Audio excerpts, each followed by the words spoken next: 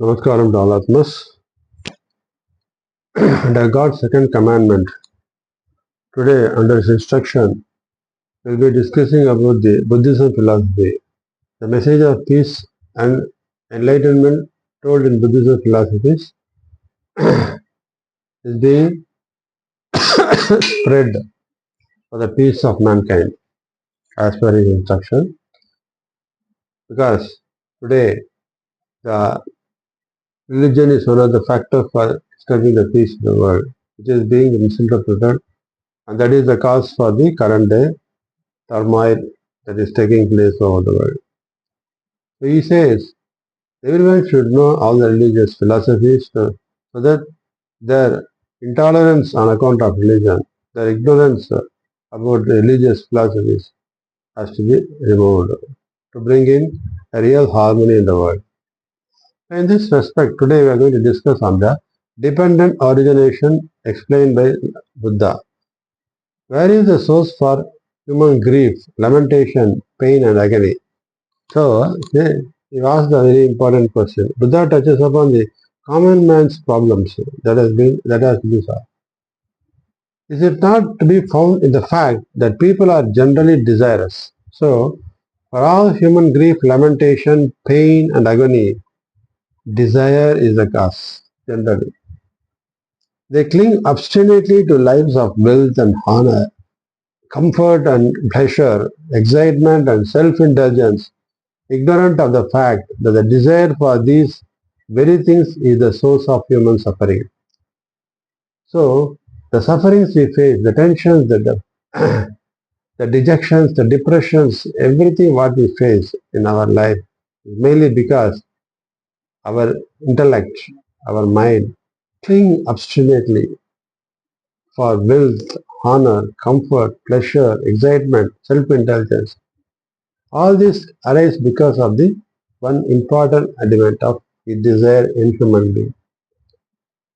From its beginning, the world has been filled with succession of calamities, over and above the unavoidable facts of illness, old age, and death. So, success of calamities. We have seen tsunami.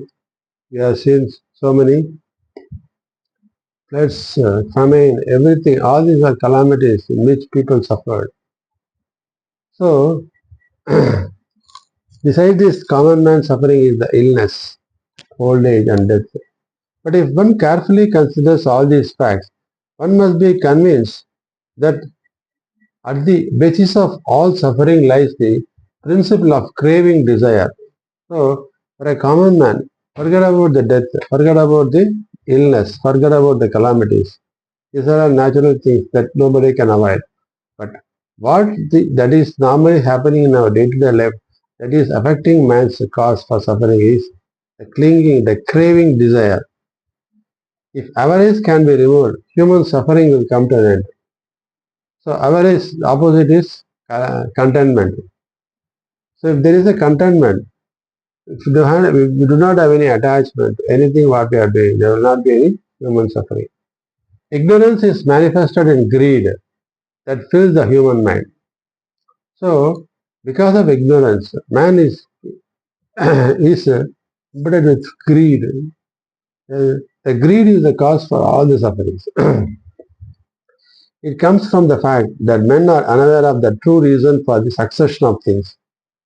So, these things, these negative elements like greed, lust, desire, avarice, all these things happens because the mind gets attracted by the external maya. That creates in him the feeling of lust, anger, greed, everything. Because of the ignorance of ego. Because the buddhi cannot see things in the right perspective because it is covered by this ignorance of ego. If that removes, then only the buddhi can have the light of real wisdom, which is missing in many of the cases. That is the reason for the current day turmoil in the world. From ignorance and greed, there spring impure desires for things that are in fact unobtainable, but for which men restlessly and blindly search. So from our ignorance and greed, They spring impure desires for things that are in fact unobtainable. So what is this? Is sometimes we have the craving desire, with a lot of greed to acquire something which you cannot reach. That much height it is, but still you work restlessly and blindly. You search to find the and attain that fulfill his desire. And in that process, man suffers heavily. Tension, anger, jealousy, hatred, all these things. Because of ignorance and greed, people imagine discriminations, wherein reality there are no discriminations. Because of this ignorance and greed, people imagine discriminations. Discrimination means, suppose a man is rich and he sees a poor man as a discriminated soul. So a person in power, you see the poor common man as a, as a chief animal like that. And people with the higher community or caste consciousness, they bring in the discriminations. Inherently, there is no discrimination of right and wrong in human behavior. But people, because of ignorance, imagine such distinction and judge them as a right or wrong. Strictly speaking, if you remove the ego and see the light inside the Atma and Paramatma inside you see the same Atma and Paramatma in every human being, then the question of discrimination vanishes. But that is not coming normally for a common man, because he is burdened with this external, the maya of attractions, and his pressure and tension in fulfilling his routine family duties. And because of that, he could not able to realize what is happening inside him, why this is happening, how I have to correct it. All these things he has no time to think. But even with his start, he is ignorant of going through that. Because of their ignorance, all people are always thinking wrong thoughts and always losing the right viewpoint and clinging to their egos. They take wrong actions. As a result, they become attached to a delusive existence. So, because of ignorance, all people always thinking wrong thoughts and always losing the right viewpoint. So, because of ignorance sometimes and because of our past experience of failures, we always think everything is wrong, everything is false. So, this is also because of the clinging to ego only. The negative behavior, negative thought is mainly because of past experiences which the ego places before it when you do any action in the present. As a result, they become attached to delusive existence. So with the result, what happens? When man is always thinking gloomy, not nothing is possible, then there will not be any peace to him. Making their deeds the field for their egos, using the working of discrimination of the mind as seed, declouding the mind by ignorance, fertilizing it with the rain of craving desires, irrigating it by the willfulness of egoism. They add the conception of evil and carry his incarnation of delusion about with them.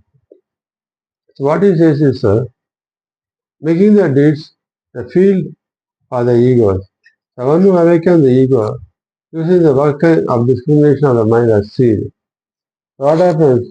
Your mind, discrimination of mind as seed, declouding the mind by ignorance. So what happens? Even if you treat your mind as seed, the ignorant, declouding the mind by ignorance. So when your mind is covered with ignorance, fertilizing it with the rain of craving desires. When it is ignorant, the craving desires will start using the fertilizer of craving desires. With the rain of craving desires irrigating it by the willfulness of the egoism. They add the conception of evil and carry this incarnation of delusion about them, about them. So our ignorance makes us make the mind as a seed.